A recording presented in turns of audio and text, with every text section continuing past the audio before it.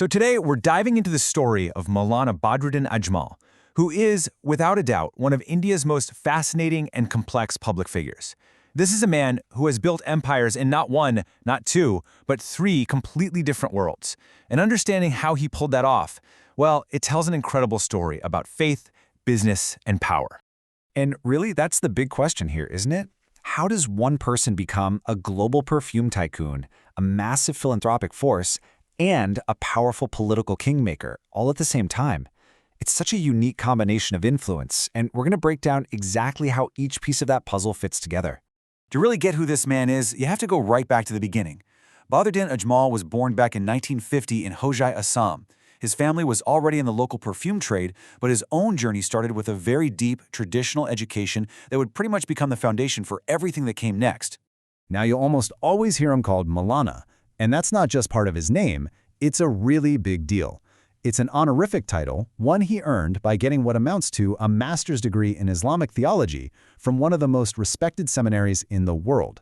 This religious authority is, you could say, the very bedrock of his identity.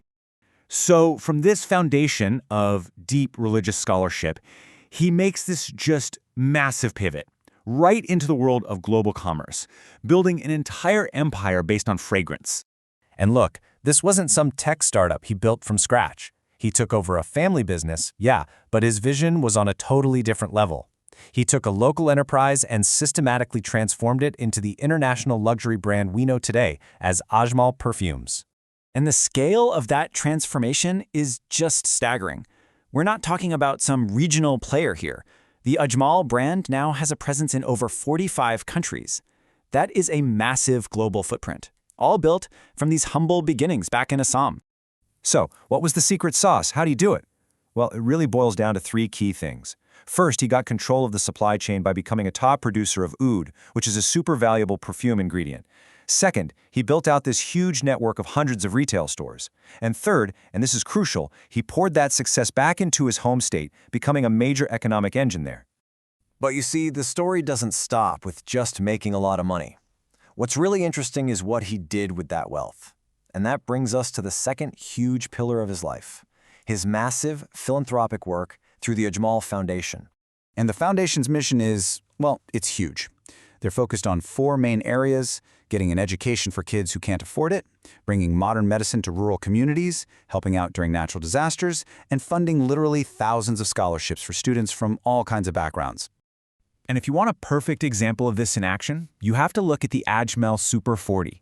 This is their flagship program. It takes bright kids from poor backgrounds and gives them this elite, intense coaching to help them crack some of India's most difficult entrance exams for medicine and engineering. It completely changes the course of their lives. And it's not just education. He did the same thing with healthcare. He founded a major hospital and research center right in his hometown. And this wasn't just some small clinic. It was a deliberate move to bring top-notch medical care to people who just didn't have access to it before. Okay, so we've got the business mogul and the huge philanthropist. Now let's get into the third and, maybe the most talked about part of his identity, his rise as a major political force. He didn't just dip his toes into politics, he dove right in, and things moved fast. In 2005, he starts his own party, the AIUDF. Just 4 years later, boom, he's elected to India's parliament. And he didn't stop there. He went on to win that same seat for 3 terms in a row. That's a pretty remarkable run for someone new to the game.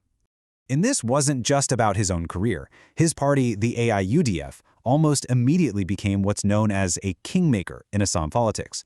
That means that while they might not win the whole election themselves, they often hold the balance of power. The bigger parties need them to form a government, and that gives them a ton of influence. All right, so let's pull all these different threads together now. We've got the business tycoon, the social architect, and the political power player. Let's look at what his overall influence really means. And his impact hasn't gone unnoticed on the world stage. He is consistently named one of the 500 most influential Muslims in the entire world.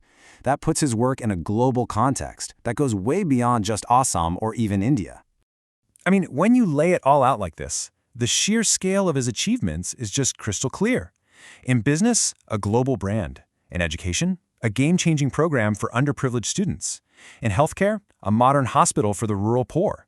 And in politics, he founded a key political party and served 3 terms in parliament.